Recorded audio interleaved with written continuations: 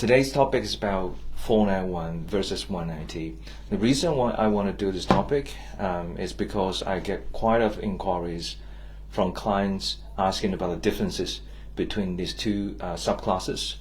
Particularly, people was asking about details about 491 visa, because we all know 190 is a permanent residency, and either the visa conditions, there was actually no visa condition for 190, and the rights and obligation of 190 is also quite straightforward. It's permanent residency. So today we're not going to spend a lot of time talking about what is 190 visa and what can you do or you cannot do with 190 visa. We'll be focusing on 491 visa. That's one of the reasons I want to doing this, because we get a lot of inquiries. People asking about what is 491 and what do I entitled to when I have 491 visa, and what is the requirements for me, transfer from 491 visa to permanent residency. So that's a lot of inquiry we're getting.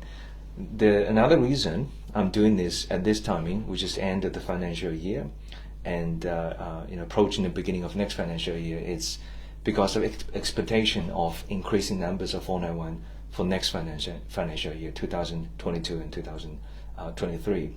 About roughly 1 month ago, when we saw the new migration planning announced by the department, we see quite a bit of increase. It's an indication that quite a bit of increase for the places available for 491 in next financial year. It's actually increasing from 11,200 places to 25,000 places for next financial year. It's almost doubled, actually more than doubled for next financial year. So if that is the indication, which means the department is giving more places available for 491, eventually those places will be allocated to different state government.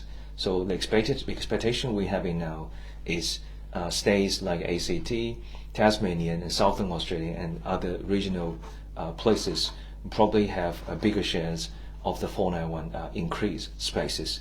ACT is definitely one of them. So if that's the case, ACT will have more 491 places.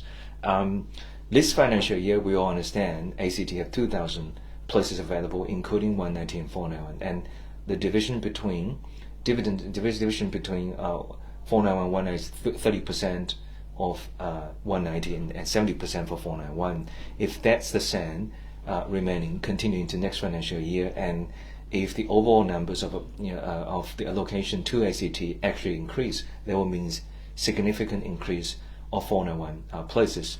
What does it mean? That will mean ACT government realize they have much more places available in 190's subclasses, a little bit more increase in 190 places, and of course they want to use as many places as they can. So they will try to allocate more invitation for 491, which means any people of you who's looking at the video now will definitely have a better chance from 491 stream than 190 next financial year. Probably much more opportunities for 491 for you for next financial year. So it's definitely worth talking about what is 491, and would get you to get prepared and understand if you want to apply for 491 nomination, eventually 491 visa. So let's get started with 491. What is 491 visa? So it's a temporary residency visa. It's not permanent residency, we understand.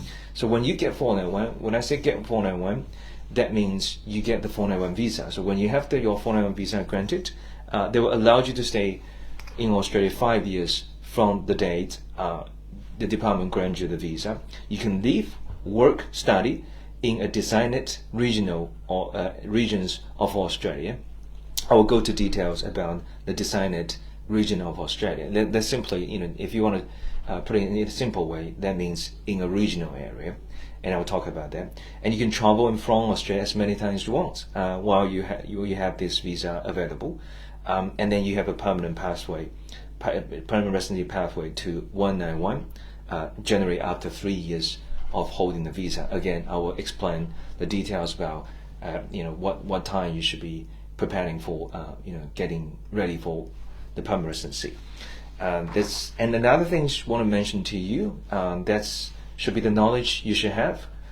If you have your 491 visa, granted, that will prevent you to apply for most of the permanent residency visa for 3 years of time, because you have 491 for 5 years of time. But once you're holding 491, you cannot apply for other permanent residency for the first 3 years. So actually forbidden you to apply for other visa, permanent residency visa, for the first 3 years. Otherwise, some people may just give a try for 491, and then if they see a better chance for permanent residency, they will jump in from 491 to other visa. The design of the visa is actually to attracting people to stay in regional areas, so they actually are preventing you to apply for other permanent visa. For example, if you're holding 491 visa, for the first 3 years, you cannot apply for 189 independent visa, you cannot apply for 190 visa, and you can even not apply for the same 186 employer sponsor visa. It's forbidden. So that's one knowledge you want to have. That's about the general information about the 491. When we talk about 491, I mentioned one definition, that is the pathway. The pathway is, while you're holding 491, we're not coming for 491. Every people are coming for permanent residency. 491 will lead into permanent residency, so it's subclass 491 and will lead into subclass 191 eventually, and 191 is a permanent residency. So that comes to the next questions. What is the requirement?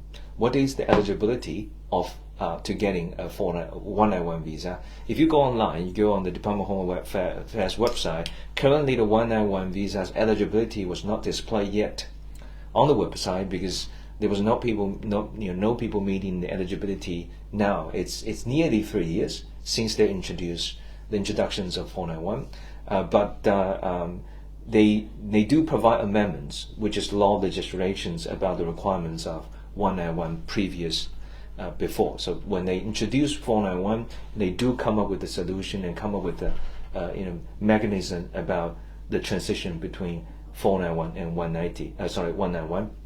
And in this part, I got a lot of clients asking, is that stable?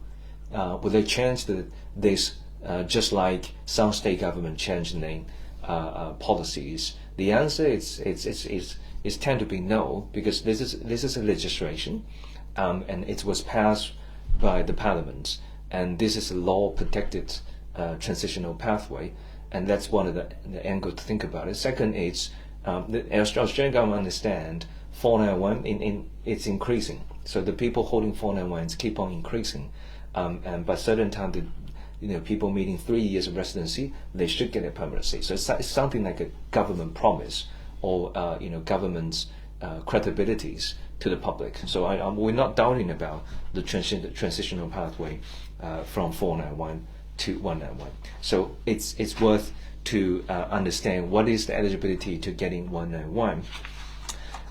There's a couple of things. First of all, it's you got to be living while you are in Australia. When you're holding on 491 and you are living in Australia, you must live, work, and study only in a part of Australia that it was designated region of area at the time the visa was granted. So that simply means while you're holding 491, you can only live in those designated area of Australia. What does that mean?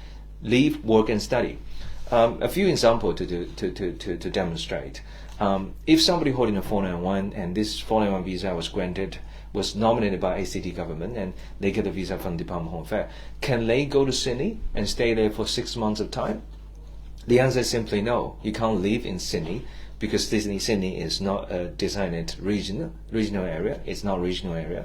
But can you go to Sydney over the weekend, or for a short holiday for a week or two? The answer is certainly yes, because you are still live and work or study in ACT.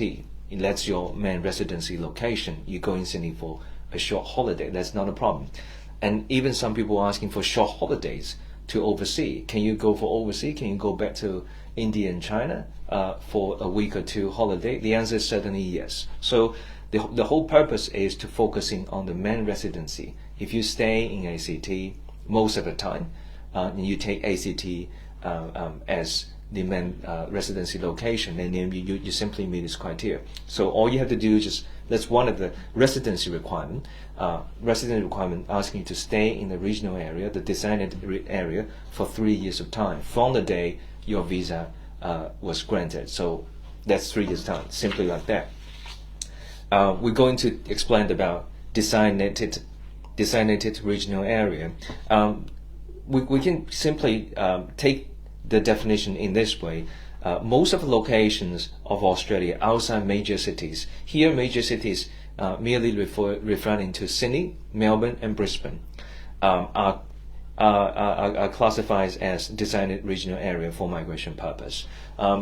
Give you some examples. For example, Sydney is not regional area, Melbourne is not regional area, Brisbane is not regional area, but places around those metropolis cities might be considered as regional area. The department also provide a list of postcode for your reference, so you can go online and check the postcode. You'll be find out some places near those metropolis areas still be considered as regional area. For example, Melbourne is not regional, but Geelong, which is 1 hour drive to Melbourne, it's considered as regional. Brisbane is not regional, but Gold Coast, which again is 1 hour drive from Brisbane, is considered as regional. Sydney is not regional, but some places near Sydney, 1 hour drive places, there's quite many of them, 1 hour drive places to Sydney, are considered as regional areas. Those places are, qualify for the residency for 491 visa. So about this part, and of course, apart from these 3 major cities like Perth, Adelaide, Canberra, and the other coastal, quite a bit of small coastal cities are all considered as designated regional areas. So these are, perfect choices for you for 491 residency. There's not a problem for you to live in those places in order to satisfy the residency requirement for while you're holding 491 again, and for meeting the residency criteria for 191 permanent residency visa. So that's one of the criteria we want to talk about, the requirement, that is residency. Where should you stay while you holding 491 visa? And we understand it's not just living in the regional area will get you permanency. The second requirement is income test. So simply for 491 to 191, there was 2 major things to consider. One is stay in regional area. Second is to prove your income generated from regional area for 3 financial year. And we're going to talk about the definition of the 3 financial year, how you be able to prove it, and the time calculation, and so on. But the requirement is the income requirements. So how will the Department of Home Affairs assessing the income requirements? They'll ask you to actually provide a copy called Notice of Assessment. This is something very familiar to every people living in Australia. At the end of financial year, you will be lodging your tax. At the beginning of every financial year, you will lodge the previous financial year's income to the ATO, and you will come up. There was a copy called Notice of Assessment. Basically states how much you earned during the last financial year, and the definition here is for the purpose of meeting the 3 years income. All the department is asking you is to providing 3 notice of assessment while the applicant is holding 491 visa, and that could be part of the year or all of the financial year. So it does not necessarily means you have to providing 3 years of the notice of assessment for 3 complete financial year in order to satisfy the requirements. I will give you a very specific example to understand what do you mean by meeting the income test requirement. Saying somebody getting the visa 491 visa granted on the 1st of April. You can write it down if you want. 1st of April 2021. So his visa was granted back in April 1st of April 2021. Then from the April 1st of April 2021 till the end of June 2021, there's only actually 1 month, 2 months, 3 months. There are only 3 months available during the time. There are only 3 months available. But if this person be able to generate the income requirement, which is somewhere around $54,000 within that 3 months of time, while he holding the 491 visa, there's only 3 months in the financial year. If he be able to generate more than somewhere around $54,000 in that 3 months, that's one satisfactory notice of assessment. So this person only used 3 months to get the first satisfactory notice of assessment. And following that, of course, from the 1st of July 2021 and going to the 2022, end of June 2022, and then 1st of July 2022 to 2023. So this person only using 2 years and 3 months to satisfy 3 years of notice of assessment. Okay, because in the first of 3 months while he holding the 491 visa, he was able to generate a lot of income within a short time. But that's a complete financial year. From the date he got 491 visa till the end of financial year, that was complete. Okay, and that notice assessment was provided by the ATO, and that's a satisfactory financial year. So this person only using less than 3 years, 2 years and 4 months, 3 months, 4 months to meet the requirements of income test. And that brings to the next question: when will this person be able to submit the application for 491?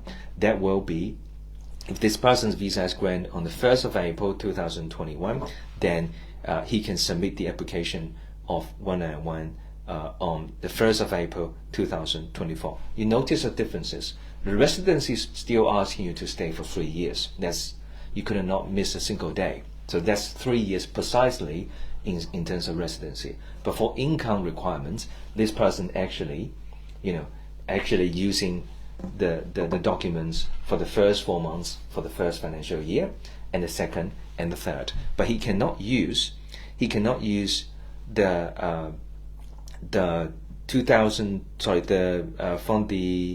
the 1st of July 2023 and to 2024 April the 1st. He cannot use in that period because that financial year was not complete yet.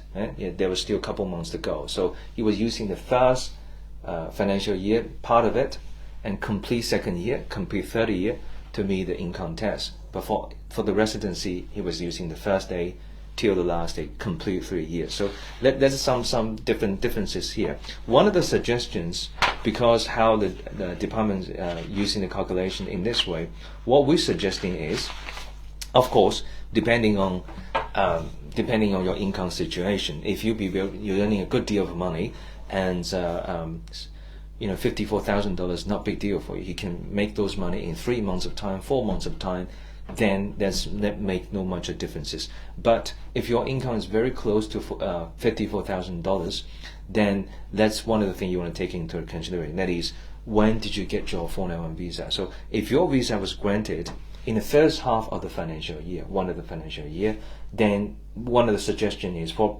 example, if your 491 visa was granted in August, in July, in September, which is the first half of the year, the suggestion is try to improve your income in the second half, the following financial year. Try to generate $54,000 in order to meet the notice assessment requirement for that financial year, because they will give you some advantage in terms of time to satisfy the requirements by 3 years later. But if your visa was granted in the second half of the financial year, saying in May, in June, in April, you only have 1 month, 2 months, 3 months left, unless you are the example I just mentioned about this person be able to generate a lot of income within 3 months of time. If that's not the case, what you probably would do is just don't worry about that 3 months. Starting to focus on your income from the 1st of July for the next financial year, because if that's the case, you should provide 3 complete years from the 1st of July to the end of June, 3 complete financial years notice of assessment in order to satisfy the requirement. So it's really about, first of all, it's about when did you get your 491 visa. Second, it's about your income situation. If your income is merely close to the requirements or just a little above the requirements, then the timing is important. But if your income is way above their salary, then it's not very important. Okay, so that's the differences in terms of planning. How should I be, getting the income and so on. One of the questions we often get from the clients are during they're waiting for the 491 visa. So they already submit the 491 visa, but they haven't got their 491 visa granted, and they try to ask, will my income now, while I'm waiting, I'm holding the bridging visa, I'm waiting for 491 visa, will be counted toward to meeting those income requirements? The answer is simply no, because you're not holding your 491 visa, you are waiting your 491 visa. Of course, if your income is going to the right direction, your salary is going to the right direction, why not keeping that? Because they will get you a stable job, will get your income in the right direction, and when your visa is granted, and then you continue to meet the criteria from the day your visa is granted. But while you're holding the visa, while you're waiting for the visa, the income is not counted as the income required within the income requirement. Okay, so that's one of the clarifications I would like to make. And the next question often we hear from the clients are, what if my salary is not good enough? What if my salary now is only $40,000, $45,000? Then it comes to the definition, just what would be considered as income.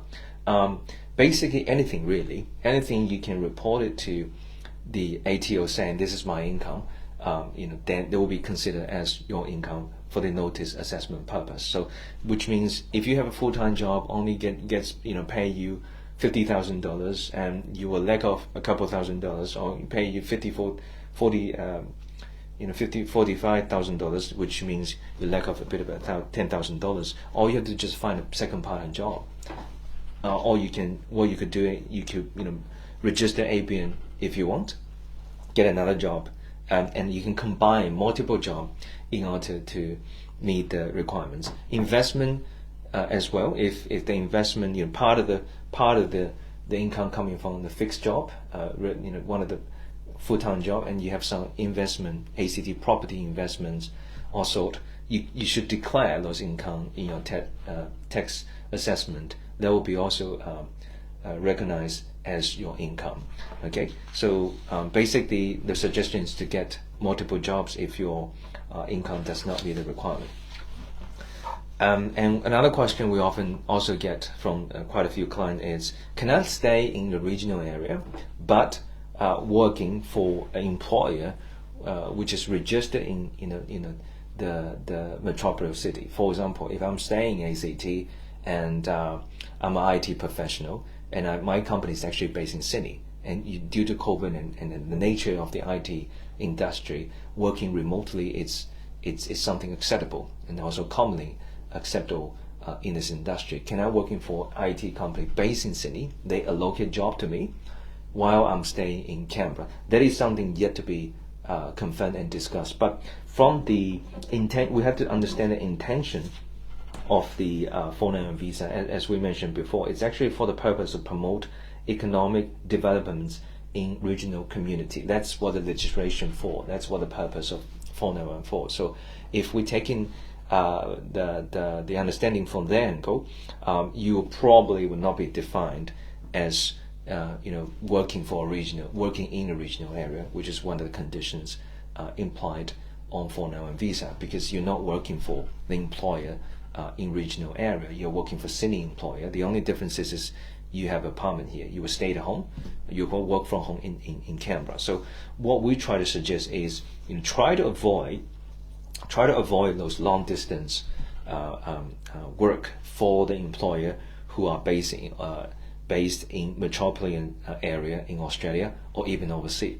Okay, because that's not just the purpose. It's better you working for a company register and have a physical office in those regional area, for the safe side. Because as I mentioned, 191 pathway has not opened yet, which means the department has not starting to assess 491 applicants. They were starting to assess the first group of people who meeting 3 years residency and income requirements of 491 in a couple months of time. So the detail need to be confirmed. But we will not suggesting you to risk on working for a company does not seems to be meet a requirement for 2 or 3 years of time, and then eventually you're not meeting the criteria. You are simply wasting the time, valuable time, to get your permanency. So it's better not to do so. Okay, so that's one of the suggestions to mention. So here to this point, I think I've explained what is 491 and what should you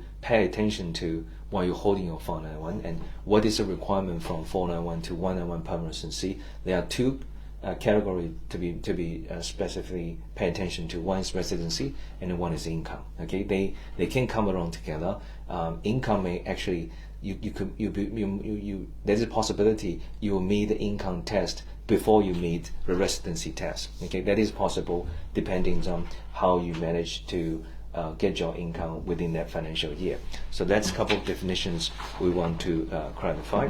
In the meantime, we get a lot of questions asking about commitment. And when I hold in my 491 visa, can I, do I have to stay in a place in the state that nominate my 491 visa? For example, if you get your 491 nomination from SA government, or you get your nomination from Canberra government, you get your nomination from Tasmanian government, should I commit my 3 years residency? Because department only telling you to stay in the regional area, one of the regional areas. The department not telling you to stay specifically in certain regional area. But should I, commit to my commitment of staying in those places? I think one of the interpretation I would like to take from here is, first of all, let's understand the requirement from the state government, particularly. In ACT, for example, if you read through the guideline, there was a sentence down there saying you should commit to living in Canberra. You must sign a declaration committing to living and working in Canberra while your visa is processed. That means before your 491 is granted. So that's definitely the recommendations. Do not leave Canberra while your 491 visa is under processing. It's simply not okay. And also you should commit to living and working in Canberra for at least 2 years from the day your visa is granted. So that's what the Canberra guideline told us. You should sign a commitment. You should sign a declaration. Then when we look at the declaration commitment, it states, that's actually, I quote from the declaration paper, saying, I understand that AC governments will inform the Department of Home Affairs if I do not make genuine efforts to residing in Canberra for at least 2 years from the day of visa grant or permanent visa, the visa grant.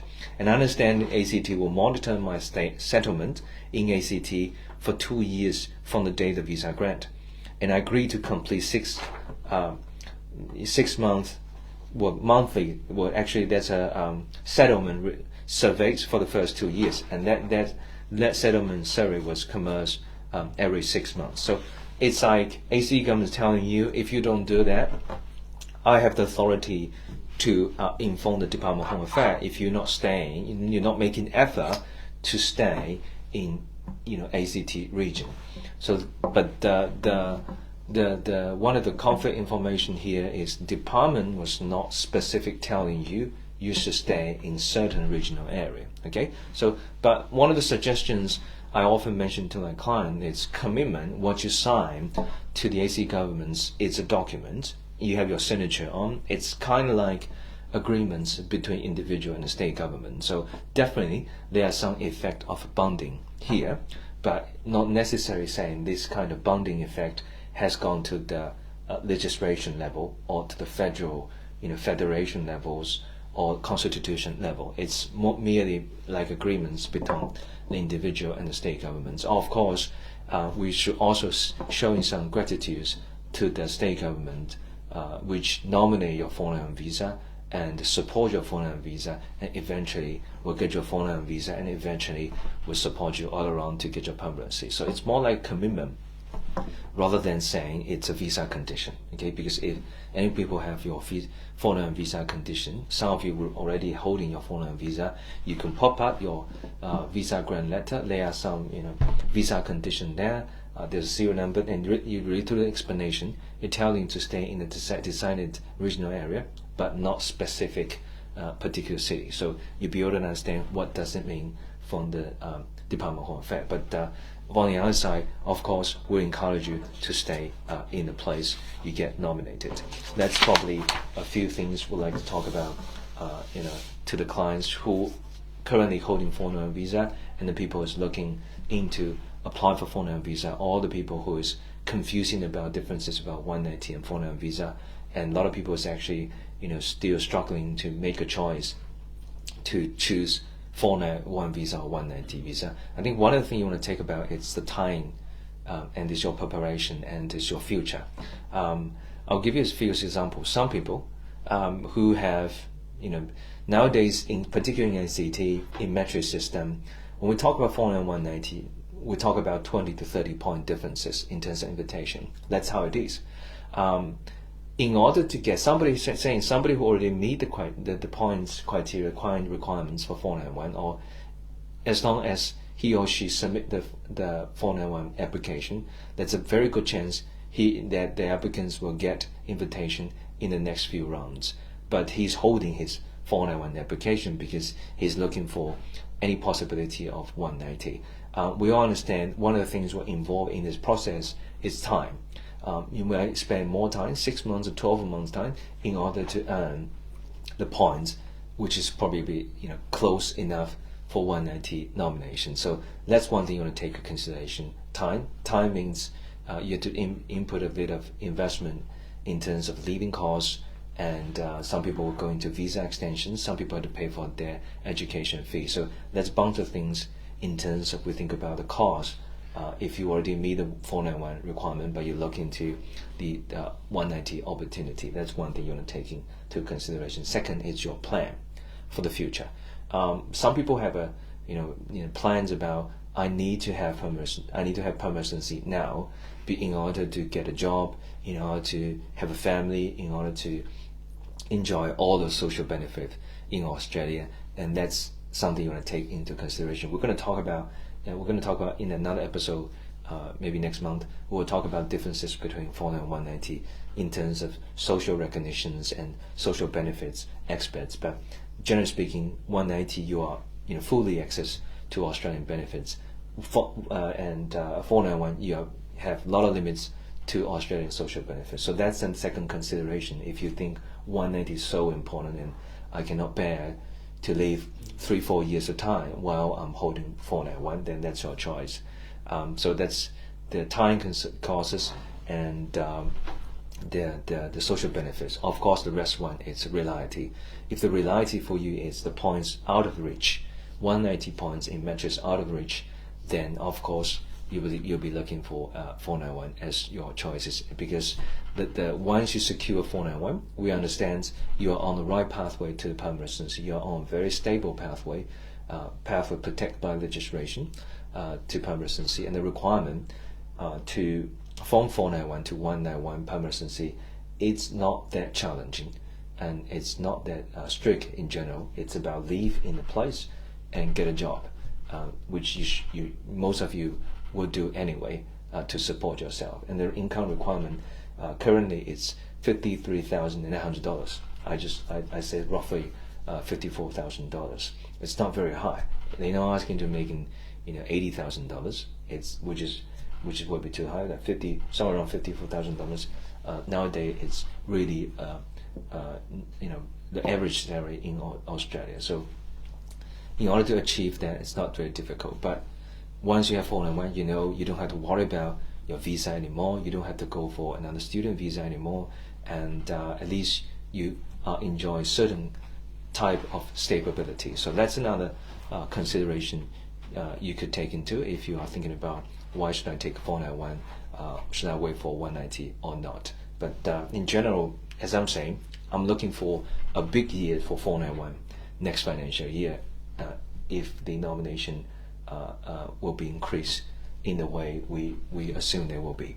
And there will be a big year for 491, which means a lot of people are going to get 491, and it's definitely worthwhile to understand what is 491, starting to prepare while you're holding 491. For some people who are already holding 491, you should understand what is your restrictions and what is the criteria, what is the requirements for you to be, for you to transition to the permanent residency in the future. Okay, so that's all for today, and I will spend more time in the future. I will get a lot of people asking 491. The more and more people getting 491 invitation, actually, I'll spend more time to talk about 491 and other aspects in the future. And now we're only 3 weeks from the next financial year. Hopefully we're going to have some great news for the allocation numbers, and that will give you more chances for 491 and also better chance for 190. Okay, I'll see you next time if we hear anything about allocation prices, and if there's any update about ACT government policy, we'll let you know in time. Thank you.